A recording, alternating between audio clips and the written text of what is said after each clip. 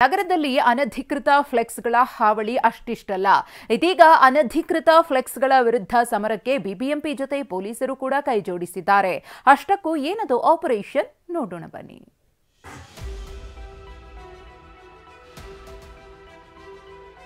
S, ನಗರದಲ್ಲಿ ಹೆಚ್ಚಾಗ್ತಿರೋ ಅನಧಿಕೃತ ಬ್ಯಾನರ್ಗಳ ಮಟ್ಟ ಹಾಕಲು ಬಿಬಿಎಂಪಿ ಮುಂದಾಗಿದೆ.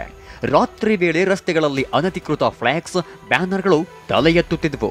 ನಗರದ ಅಂದಕ್ಕೆ, ವಾಹನ ಸವಾರರಿಗೆ, ಪಾದಾಚಾರಿಗಳಿಗೆಲ್ಲ ಇದರಿಂದ ಸಂಕಷ್ಟ ಉಂಟಾಗ್ತಿತ್ತು.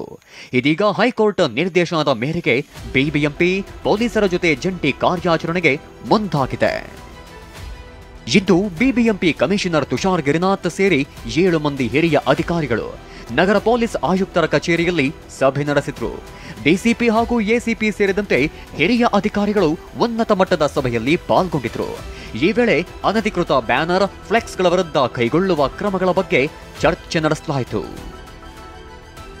ಮೊದಲ ಹಂತದ ಪೊಲೀಸರಿಗೆ ಬಿಬಿಎಂಪಿಯಿಂದ ನಿರ್ಧರಿತವಾದ ನಂಬರ್ ನೀಡಿದ್ದು, ರಾತ್ರಿ ವೇಳೆ ಪೊಲೀಸ್ ಗಸ್ತು ಸಂದರ್ಭದಲ್ಲಿ ಬ್ಯಾನರ್, ಫ್ಲೆಕ್ಸ್ಗಳು ಹಾಕುವುದು ಕಂಡುಬಂದಲ್ಲಿ ಕೂಡಲೇ ನಿರ್ಧರಿತ ನಂಬರ್ಗೆ ಮಾಹಿತಿ ನೀಡೋದು. ಬಳಿಕ ಅದು ಅಧಿಕೃತವೋ ಅಥವಾ ಅನಧಿಕೃತವೋ ಎಂಬ ಸಂಗತಿ ಪತ್ತೆ ಮಾಡೋದು. ನಂತರ ಅಧಿಕೃತವಾಗಿದ್ದಲ್ಲಿ ಬಿಬಿಎಂಪಿಯಿಂದ ದೂರು ಪಡೆದು ಕ್ರಮ ಕೈಗೊಳ್ಳುವ ನಿರ್ಧಾರ ಮಾಡಲಾಯಿತು. 2ನೇ ಹಂತದ ಕ್ರಮವಾಗಿ ಈಗಾಗಲೇ ಅಳವಡಿಸಿರುವ ಅನಧಿಕೃತ ಫ್ಲೆಕ್ಸ್ ಹಾಗೂ ಬ್ಯಾನರ್ಗಳನ್ನು ಕೂಡಲೇ ತೆರವು ಮಾಡುವುದು ಹಾಗೂ ಸಂಬಂಧಪಟ್ಟವರ ವಿರುದ್ಧ ಕೈಗೊಳ್ಳಬಹುದಾದ ಕಠಿಣ ಕ್ರಮಗಳ ಬಗ್ಗೆ ಯಾವ ರೀತಿ ಹೆಜ್ಜೆ ಇಡುವುದು ಎಂಬ ವಿಚಾರವಾಗಿ ಚರ್ಚೆ ನಡೆಸಲಾಯಿತು.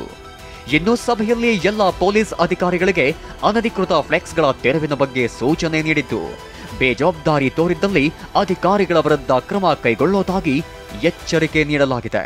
ಪೊಲೀಸ್ ಇಲಾಖೆಯ ಎಸಿಪಿ ಮಟ್ಟದಿಂದ ಹಿಡಿದು ಡಿಸಿಪಿ ಮಟ್ಟದ ಅಧಿಕಾರಿಗಳು, ಹಿರಿಯ ಅಧಿಕಾರಿಗಳು ಕೂಡ ಇದರಲ್ಲಿ ಭಾಗವಹಿಸಿದರು. ಬಿಬಿಎಂಪಿಯ ಹಿರಿಯ ಅಧಿಕಾರಿಗಳು, ಮುಖ್ಯ ಆಯುಕ್ತರು ಮತ್ತು ಇತರ ಜಾಯಿಂಟ್ ಕಮಿಷನರ್ಸ್ ಮತ್ತು ಇತರ ಅಧಿಕಾರಿಗಳು ಕೂಡ ಇದರಲ್ಲಿ ಭಾಗವಹಿಸಿದ್ರು. ಇದರಲ್ಲಿ ನಾವು ಈ ಫ್ಲೆಕ್ಸ್ ಬ್ಯಾನರ್ಗಳ ಅಳವಡಿಕೆಯ ವಿರುದ್ಧ ಯಾವ ರೀತಿ ನಾವು ಕಾರ್ಯಾಚರಣೆಯನ್ನು ಮಾಡಬೇಕು, ಯಾವ ರೀತಿ ಈ ಒಂದು ಅಕ್ರಮ ಚಟುವಟಿಕೆಯನ್ನು ಮಟ್ಟ ಹಾಕಬೇಕು ಅನ್ನೋದ್ರ ಬಗ್ಗೆ ಕೆಲವೊಂದು ಡಿಸ್ಕಷನನ್ನು ಮಾಡಿ ಕೆಲವೊಂದು ನಿರ್ಧಾರಗಳನ್ನು ಕೈಗೊಂಡಿದ್ದೇವೆ. ಅದು ಮುಂದಿನ ದಿವಸಗಳಲ್ಲಿ ಅದನ್ನು ಅನುಷ್ಠಾನ ಮಾಡಲಾಗ್ತದೆ.